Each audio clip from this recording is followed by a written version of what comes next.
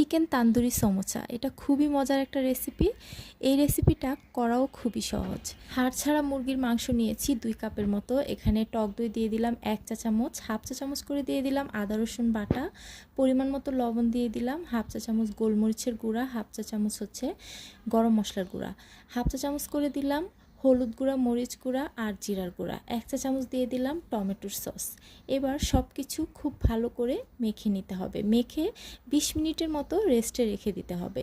20 minute পরে কড়াইয়ের মধ্যে আমি তেল দিয়ে দিলাম পরিমাণ মতো, আর যে চিকেনটা ম্যারিনেট করে রেখেছিলাম সেটা দিয়ে দিলাম। দিয়ে ছড়িয়ে দিয়ে তারপরে ঢাকনা দিয়ে ঢেকে দিলাম 5 মিনিটের জন্য। চুলার আঁচ মিডিয়াম করে তারপরে 5 মিনিটের জন্য ঢেকে দিয়ে এরপরে নেড়ে উল্টে দিলাম। উল্টে আবারও এরকম করে উল্টে পাল্টে এই যে তান্দুরি স্টাইল করে ভেজে নিলাম। দেখতেই পাচ্ছেন একটু পুরো পুরো বা ভাজা ভাজা হবে। এরপর চিকেনটা যখন সিদ্ধ হয়ে গেছে তখন একটা স্প্যাচুলা দিয়ে আমি আধা ভাঙা করে নিলাম। আর এরপর আধা ভাঙা করার পরে আমি এখানে দিয়ে দিলাম হচ্ছে একটা পেঁয়াজ আর অল্প একটু বাঁধাকপি কুচি আর হচ্ছে কাঁচামরিচ কুচি, সব কিছু দিয়ে এবার ভালো মতো মিশিয়ে নিব। এরপর এটাকে ঢেকে দিব আর কিছুক্ষণ রান্না করব যাতে বাঁধাকপিটা একদম নরম হয়ে যায়।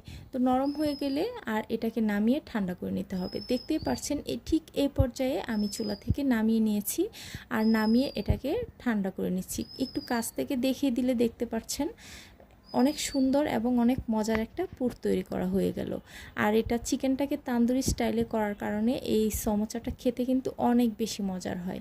এবার আমি সমোসার শিট আগে থেকেই তৈরি করে রেখেছিলাম, আর একটা শিট নিয়ে তারপরে সমোসার ভাঁজগুলো দিয়ে দিচ্ছি। শিটটা নিয়ে দেখতেই পাচ্ছেন প্রথমে একটা পকেটের মতো বানিয়ে নিতে হবে। এরপর পরিমাণ মতো পুর এই পকেটের ভিতর দিয়ে দিতে হবে।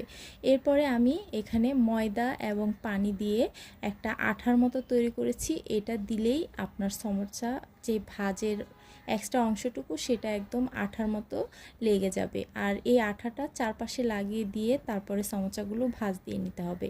দেখতেই পাচ্ছেন খুবই সহজ ভাজ। আর শিওর থাকতে হবে যাতে 3 কোণা খুবই ভালো মতো সিল হয়ে যায়।